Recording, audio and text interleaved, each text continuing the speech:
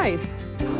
Well, good morning, guys. Look at you all fresh and showered up. Yeah, I just Hey, good to see you. that was pretty Thanks for talking. I feel like I don't just clean house. Bet you're wondering what I'm doing standing in the middle of this desert trail.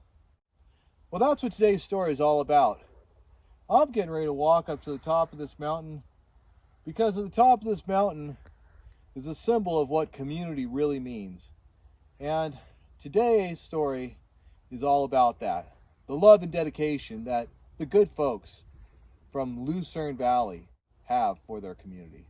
But we begin our story today at the home of Hoyt and Jamie Morrow, not far from Strawberry Peak, which is the focus point of today's story, because today is all about this amazing Christmas tree tradition that has kept this community in the Christmas spirit for many, many years. Started this whole Christmas tree on Strawberry Peak thing, and what year did it start? It started in 78 We talked about that. or 79, and we had a Firemen's Association, and the Chamber of Commerce came to the Firemen's Association and asked us if we would put a Christmas tree on top of Strawberry Peak. So there was 4 or 5 of us firemen, and we climbed up Strawberry Peak with a pole and lights and rope. And that is not a small hike. I'm going to do that later. I'm not sure if this is going to make it in the actual thing, but that is a serious hike.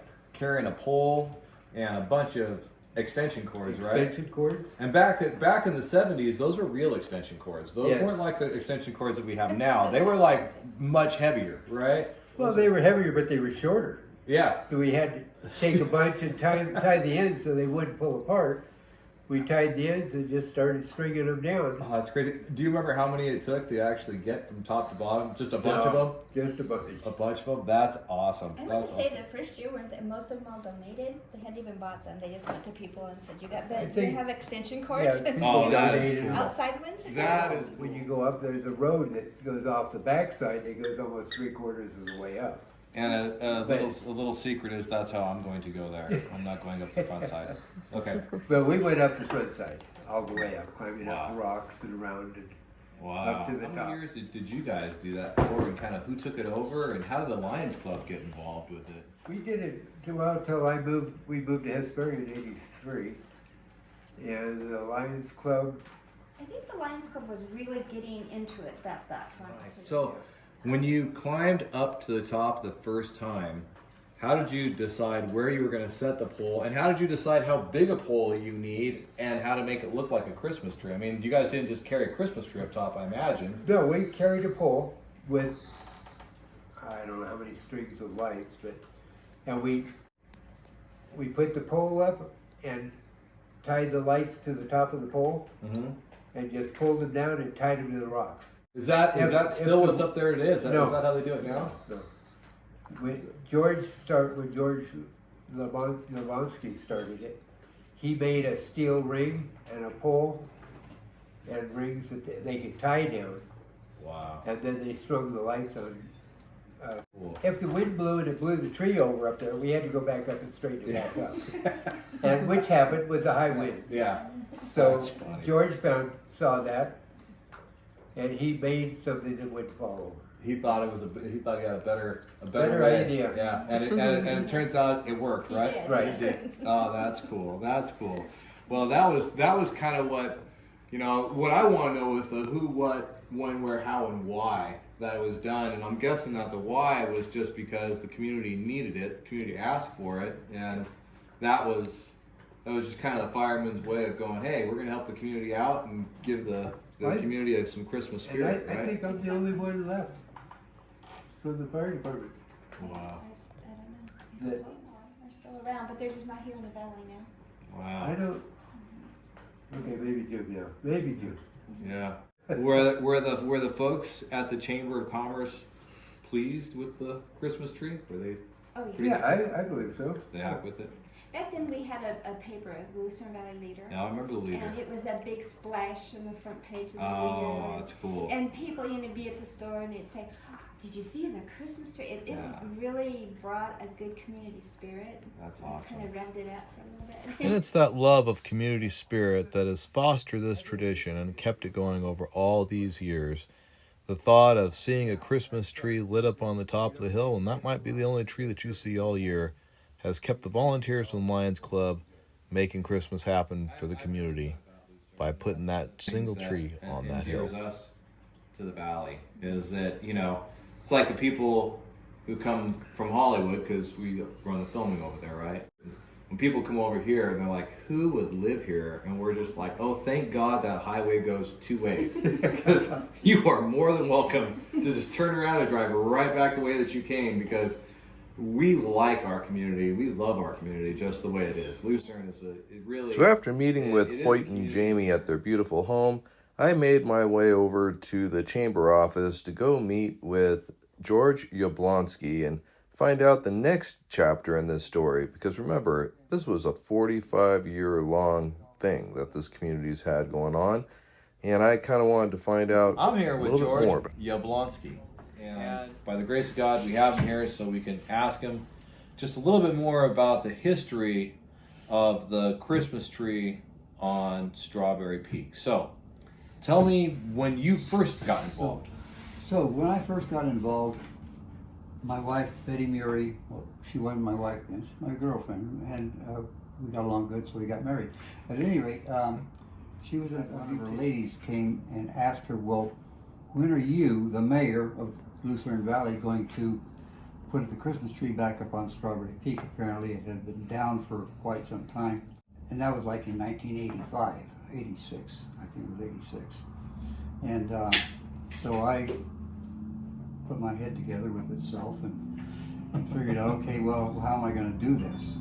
So I figured out, okay, well, I use this top rail from the chain link fence with a 10-foot EMT, electrical conduit, and cable, and I use the tools to make the cable tight, and so that the center is an inch and a half top rail, and the So I have to ask, Keyboard. having been up there and looked at that, who brings the ladder up to put that thing, like to hook up the top of the Christmas tree where the pole is? The lines actually go down. Like there's guidelines to kind Yeah. of hold it tight, and then of course there's the string of lights. Do you guys how do you get that up?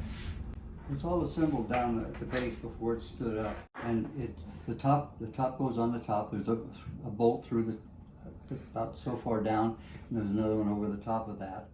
They're crisscrossed As like George that. continued to explain to me how he put this amazing Christmas tree together, all that was going through my mind was, holy crap, that is a lot of work and a lot of engineering thought that went into this process just to help the community enjoy Christmas.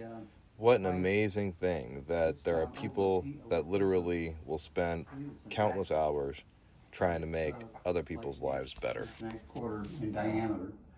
So I notched the base up about 6 inches or 8 inches so that it would push that down on that, and then it just pick the tree up and it would just stand up by itself. No, That was some Right. good engineering. I'm gonna tell you, because like, you know, having been up there, that was one of the thoughts that went through my mind. Like, who drew the short the short straw? Like, Yeah. okay, I'm gonna take this ladder now. I'm gonna stand up on top of this peak, which is and there's no ladder. yeah. Oh, thank God for that. Yeah. Christmas It comes down the weekend after the first. weekend after the first. I Okay. had to make sure that I would get it up there. And then when it started out, I was doing it all by myself. And That's crazy. There's a backpack that carries the lights and the cables. It has carrying tools, wrenches, and whatever I might need, the wires and everything to tie it all down.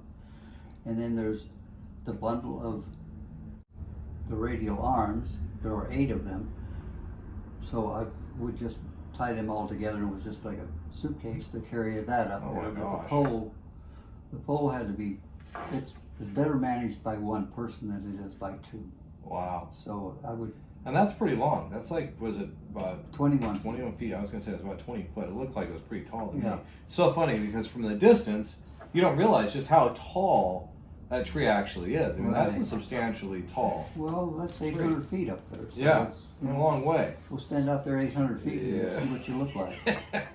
Yeah, for sure, for sure. So for me, it really feels like a tribute to the Christmas spirit and to the good spirit of people, right? Like I feel like the people that do it, there's a sense of pride and community and a sense of love for the people in the community, knowing that there are some kids that don't have a Christmas tree on Christmas. That may be the only Christmas tree that they see. Yeah. What motivated you, besides your beautiful wife, to do that?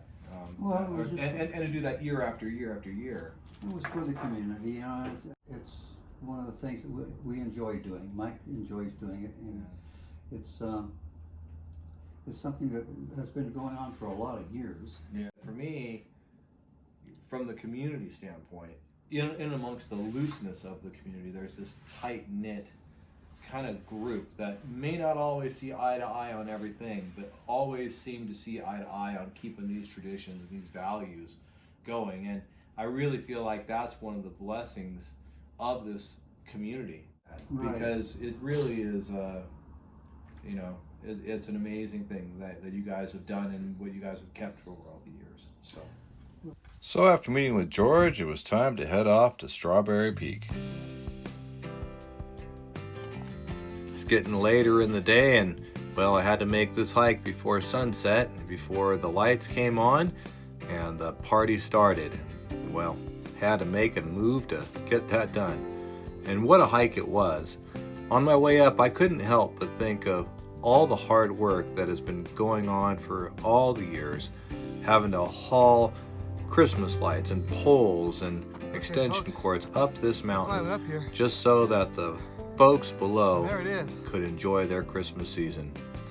But let me tell you, this was a real hike. And as I got further up, man, vertigo almost set in. It is super steep, super rocky. But eventually, you come to the top and, well, there's that amazing Christmas tree just sitting up Okay. there, waiting So there's- to be lit. Nothing like having to do a little rock crawling when you're already up. Whew. On the top of a really steep mountain. Just think about those guys who are making this happen, carrying poles and all kinds of stuff. Crazy. And as I was huffing and puffing my way up this mountain, getting to the top, below me there was a party starting. Tons of people from the community were all getting together, all excited, waiting for this tree to get lit up. And well, it was starting to get dark, and I knew it was going to happen pretty soon. I have to admit, I was getting pretty excited. Sitting there, I was just thinking about the words that George had spoken and talking about the community and all the fine folks that do all the work to make this happen. And well, just thought to myself, what a special, special community we live in. Once we get down to 1, then Mike is going to get it lit up for us. So, all right, give me just a second here. 4, 3, 2, 1.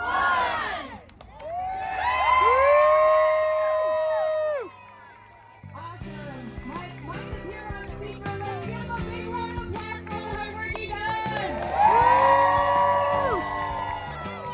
Everybody says thank And you, as I Mike. sat watching the lights come on and hearing the crowd scream, I couldn't help but thinking of the words of George Jablonski. Yeah, there's a lot of good folks in Yeah. Lucerne Valley. Yeah.